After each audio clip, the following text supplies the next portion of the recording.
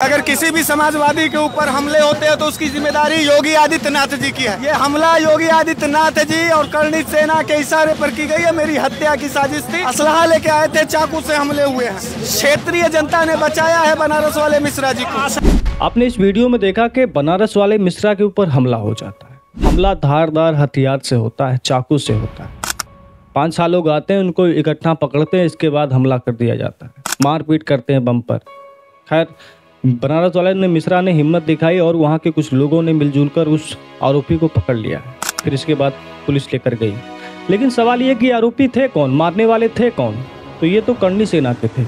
कर्णी सेना कौन है? वही जो पूरे उत्तर प्रदेश में आजकल हथियारों से लहालुहाज पूरे रोड पर निकल रही है। ऐसा लगता है कि सब कुछ अपना है, बस सैया भय कोतवाल तो डर काहे का। यानी कि जब थाना चौकी अपना है तो कौन हमको रोकेगा। तो देखिए, जगह जगह पर जिस तरह से प्रदर्शन होते हैं, धारदार हथियार दिखाई देते, तलवार दिखाई देती है और सरेआम धमकी दी जाती है किसी सांसद को, और पूर्व मुख्यमंत्री अखिलेश यादव को मारने की धमकी दी जाती है। तो इतने बड़े बड़े नेताओं को अगर मारने की धमकी और इस तरह से हमला होता है, मारने की पूरी कोशिश होती है, तो हमारी सुरक्षा कौन करेगा? क्या यही है उत्तर प्रदेश और यही योगी आदित्यनाथ का राज?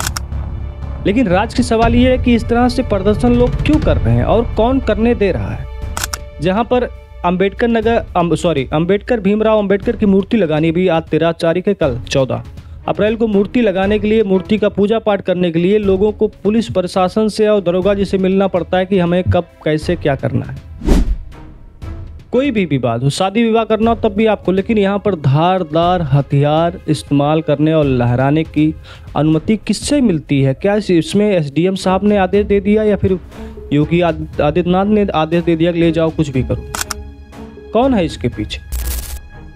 अब सोचने की बात है, जीरो टॉलरेंस की बात होती है। सिर्फ बनारस वाले मिश्रा की बात नहीं, इनके ऊपर धारदार हथियारों से हमला होता है। कर्णी सेना के लोग हमला करते हैं और उन्हीं कर्णी सेना के कुछ लोग ट्वीट कर रहे हैं, हाँ देखो हमने ये कर दिखाया। मतलब एक तरफ इतना बड़ा धमकी दिया जा रहा है, ऊपर से धारदार हथियार पर, मगर कोई केस नहीं, कोई धारा नहीं, कोई गिरफ्तारी नहीं, ना कोई रोक।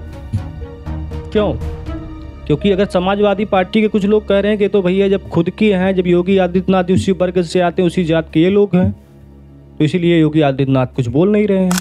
और आप जब देखेंगे इस वीडियो को और समझेंगे आजकल के समय में, तो आपको भी ये कुछ बातें सच लगती है। जैसा अखिलेश यादव कहते हैं एसटीएफ मतलब स्पेशल ठाकुर फोर्स, वो तो सामने नजर आ रहा। पुलिस है, हजारों लाखों की संख्या में लोग हैं, तलवार लहरा रहे, वहाँ पर पुलिस प्रशासन भी है, मगर कैसे ये संभव हो सकता है? कैसे हो सकता है ये? और इतने हथियार लाने की हिम्मत, और फिर प्रशासन क्या हथियार को देखता नहीं, या फिर देखता है तो रोकता नहीं? लेकिन रोकेगा कैसे?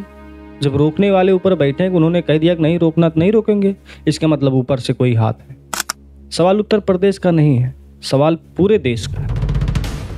किसी एक वर्ग के लोग विरोध प्रदर्शन के नाम पर हथियार से लहल श्वास और तलवारें लहराएंगे पूरे उत्तर प्रदेश में जगह जगह। सवाल ये है, क्या यही योगी आदित्यनाथ का राज है?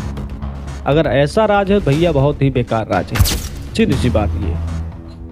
विरोध प्रदर्शन होता है, राणा सागा के ऊपर टिप्पणी होती है, आप इसके लिए प्रदर्शन करते हैं, शांतिपूर्ण प्रदर्शन होता है। लेकिन ये तो कह रहे हैं नहीं नहीं, हम तो क्षत्रिय हैं, हम ऐसे करेंगे, ऐसे मार देंगे, वैसे मार देंगे। मतलब ये मान रहे हैं कि कानून से हमसे कोई मतलब नहीं है।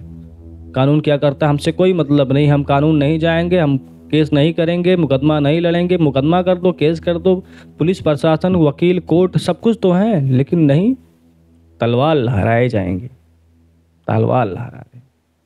देखते रहिए आप उत्तर प्रदेश। धन्यवाद, नमस्कार।